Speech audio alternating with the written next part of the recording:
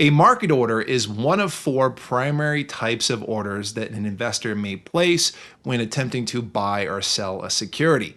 Let's make sure we talk about the limitations of this type of order, the benefits, and what type of investor in what circumstance would use a market order. There are three primary things we need to know about market orders. The first is how immediate these types of orders are. A market order is a way for an investor to instruct their broker-dealer to buy or sell a security at the next available price. Some broker-dealers in our modern digital age today can execute market orders in less than 1 second. So if you're placing a buy market order, by the time you hit the click on your mouse, and you refresh your screen, the shares are already in your account, the trade's been executed, it's over. The next important thing to know is a guarantee. A lot of orders come with some form of a guarantee, and that guarantee could either be a guarantee for execution, meaning that as soon as this order is placed, we are promised to get what we're looking to buy or sell, or there is a guarantee in relation to price, meaning that the transaction will not happen unless the market price for the security is in a specific range. Now, with a market order, the guarantee is on execution. As soon as an investor submits a market order into the system, it gets executed and in most cases is done within a few seconds or less. So market orders are guaranteed to be executed once they're submitted. Now, the only exception to that would be maybe if there is a completely illiquid security, meaning that no one is buying or selling that security. It's possible I submit a market order for a security that no one is trading and it doesn't go through, but that's relatively rare when that occurs. And oftentimes before you place a trade for a type of security like that, your broker-dealer will stop you, say, hey, this is a security that no one's trading. You might want to submit some other type of order to protect yourself, like a limit order. Now, the reason why you might see language like that would be a market order goes through at the next available price, whatever that next available price is. So while there's an execution guarantee with market orders, there is no price guarantee. And this is the big risk that investors face with this type of order. If an investor places a market order and something weird is going on, or maybe they're placing the trade when the market's closed, it's quite possible that next available price is completely different than what they were expecting. For example, let's say a stock closes today at $50 per share in the market. And let's say we're thinking about buying some more shares of this stock and maybe it's midnight where we are. If we place a market order to buy shares of that stock overnight when the market is not open, and let's say overnight some good news came out about the company. Maybe it's a healthcare company and they just cured cancer and their stock price shoots through the roof from $50 on the previous day to $150 the next day. If our market order is still in place by the time the market opens the next day, that order will go through at the opening price. Let's say it's $150. And in that scenario, we end up paying 3 times the amount than we originally expected. We thought, hey, it closed at 50. If we place a market order to buy, we'll probably buy somewhere close to 50. But then something changes overnight, the stock price triples overnight, which is relatively rare, but could happen. And then we end up buying the stock for a much more expensive price. That is the risk with a market order.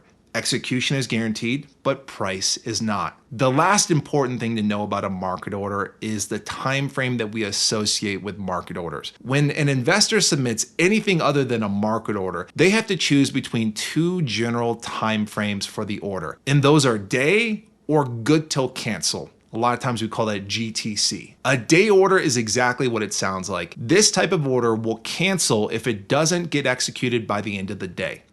A good till cancel order also is exactly what it sounds like. It'll stay as an active order in the system until it executes or until it is canceled by the customer, one or the other. Remember what we talked about earlier. Market orders go through at the next available price. So whether we place the order while the market's open or even when it's closed, as soon as the market is able to fill that order, it executes right away. Of course, there are exceptions like we talked about up front if it's, say, an illiquid security that no one's trading, but for 99.9% of securities out there, when a market order is submitted, it goes through immediately. So with that being said, market orders always default to being day orders. In fact, if you try to submit a market order as a GTC order, most of the time your broker-dealer will not even accept the order in that state. Oftentimes they won't even let you choose. It just defaults to being a day order. So bottom line, market orders are always considered day orders.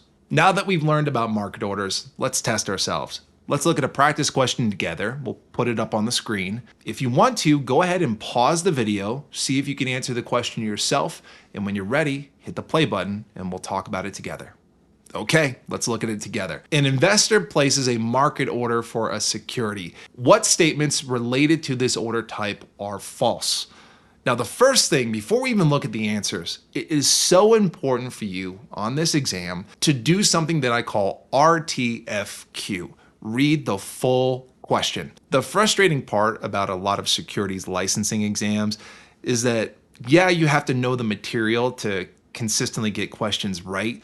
But a lot of times the test writers will set up tricky questions, sometimes with double negatives. They'll throw in a couple, hey, all the following are false, except. Those types of questions are frustrating, but they're also testing your ability to approach a question in a systematic, cool, calm, collected manner. If you're just rushing through your exam and just blow through this question and look at the statements below, you might end up answering the exact opposite of what they're looking for because you're saying, hey, what are the true statements in front of me? Oftentimes, test questions are going to ask you for the true statements, but there will likely be at least a handful of questions on your exam that are going to ask you, what are the false statements? All the following are true except. So make sure you're reading through the full question and know exactly what you're looking for when you get to the answers.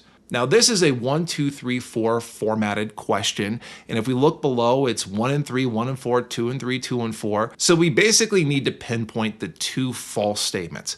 We know about market orders, so maybe what we should do first is identify the correct answers and then confirm that the other 2 are indeed false. Now, looking at 1 and 2, that's discussing the guarantees that we talked about earlier. Remember, market orders are guaranteed to be executed. There's no price guarantee. We submit a market order, we're going to get the next available price, which will probably be pretty close to what the market price was prior to us submitting the order. But the reality is we don't know exactly what price it'll go through at. So there's no price guarantee, but there is an execution guarantee. Between 1 and 2, 1 is the true statement. Execution is guaranteed. So that makes 2 one of the 2 answers that they're looking for up here. 2 is a false statement. Price is not guaranteed, so we'll go ahead and earmark that. Answers 3 and 4 are focusing on the time frame that we associate with market orders. And as we discussed earlier, market orders default to being day orders always. Even if we tried to attach a DTC to a market order, our broker-dealer wouldn't let us submit that type of order. So day orders are the default, and they're always considered day orders no matter what, which makes answer number 3 the true statement. With that being said, answer number 4 has got to be the false statement. The investor is not choosing if it's day or good till cancel. That's not their choice. That means answer choice 4 is false, and that is what we're looking for. So to summarize all that, answer choices 1 and 3 are true statements. Those are true for market orders. Answer choices 2 and 4 are false. That is what the prompt is asking for. And that is our answer. Hi, I'm Brandon. If you enjoyed this video, then you'll love the courses I authored with Achievable. Now offering courses on all major FINRA and NASAA exams, I wrote these courses exclusively for Achievable, and they include tons of real-world examples, more videos just like these on dozens of key topics, a built-in study planner, hundreds of chapter review questions, and unlimited practice exams. Our courses are competitively priced, and you can try them out for free first to see if our style is the right fit for you.